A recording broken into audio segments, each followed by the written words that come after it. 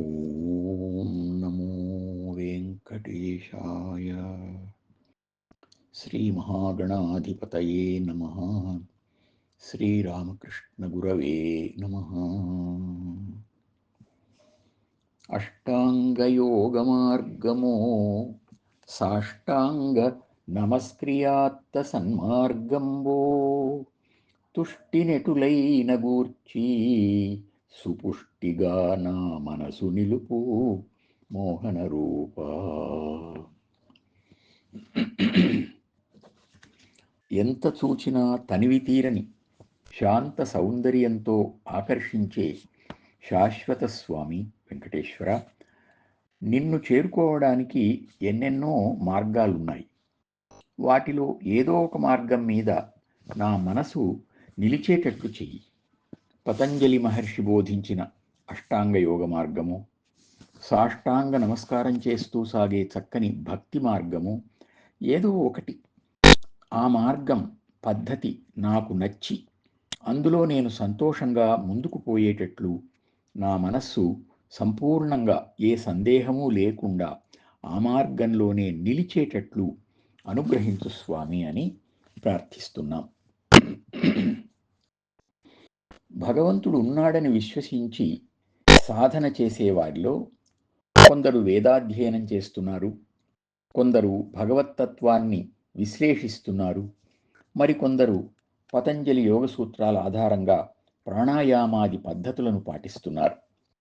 ఇంకా కొంతమంది శివుణ్ణో విష్ణువునో పరబ్రహ్మగా భావించి భక్తితో ఆరాధిస్తున్నారు. వీటిలో ఏది సరైన మార్గం అని సాధన ప్రారంభ దశలో పెద్ద సందేహం కలుగుతుంది. దీనికి సమాధానం పుష్పదంతుడు అని ఒక సంస్కృత భక్త కవి 9వ శతాబ్దంలోనే తన శివమహిమ్న స్తోత్రంలో చక్కగా తెలియజేశాడు. త్రయీ సాంఖ్యం యోగ పశుపతిమతం వైష్ణవమితి ప్రభిన్నే ప్రస్థానే పరమిదమదఃపథ్యమితి చ రుచీనాం వైచిత్ర్యాత్ రుజుకుటిలనానాపథజుషాం నృణామేకో గమ్యః త్వమసి పయసాం అర్ణవైవా. నదీ ప్రవాహాలు గంగా, గోదావరి మొదలైనవి ఎక్కడ పుట్టినా, ఏ కొండల్లో గుట్టల్లో మైదానంలో తిరిగినా చివరకు చేరే గమ్యస్థానం మాత్రం సముద్రమే అయినట్లు, మానవులు తమ సాధనను ఎక్కడ ప్రారంభించి ఏ మార్గంలో సాగించినా చేరే చోటు మాత్రం ఒక్కటే, అదే భగవత్ స్థానం.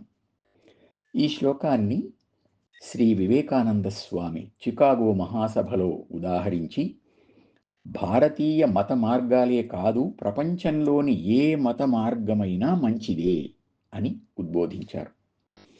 అయితే ఒక మార్గం చాలదా, ఇన్ని మార్గాలు ఎందుకు అంటే, రుచీనాం వైచిత్ర్యాత్ అన్నారు.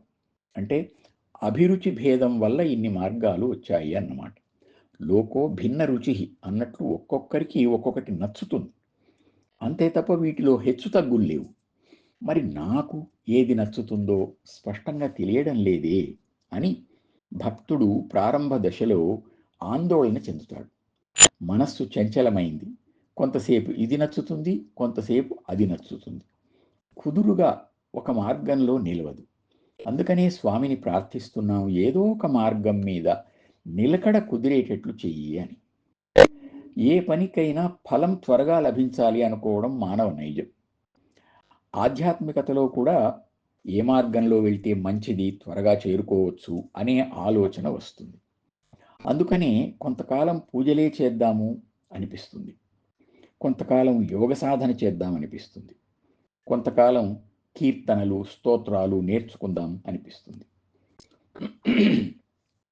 ఈ చాంచల్యానికి కారణం మార్గంలో ఉండే లోపం కాదు, మార్గాలన్నీ మంచివే, మన సంస్కారం ఇంకా పరిపక్వం కాకపోవడమే ప్రధాన కారణం.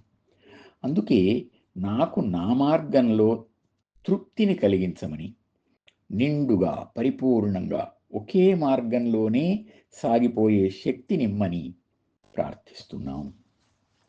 అష్టాంగయోగ మార్గము సాష్టాంగ నమస్క్రియాత్త సన్మార్గంబో తుష్టినెటులైన గూర్చి సుపుష్టిగా నా మనసు నిలుపు మోహన రూపా.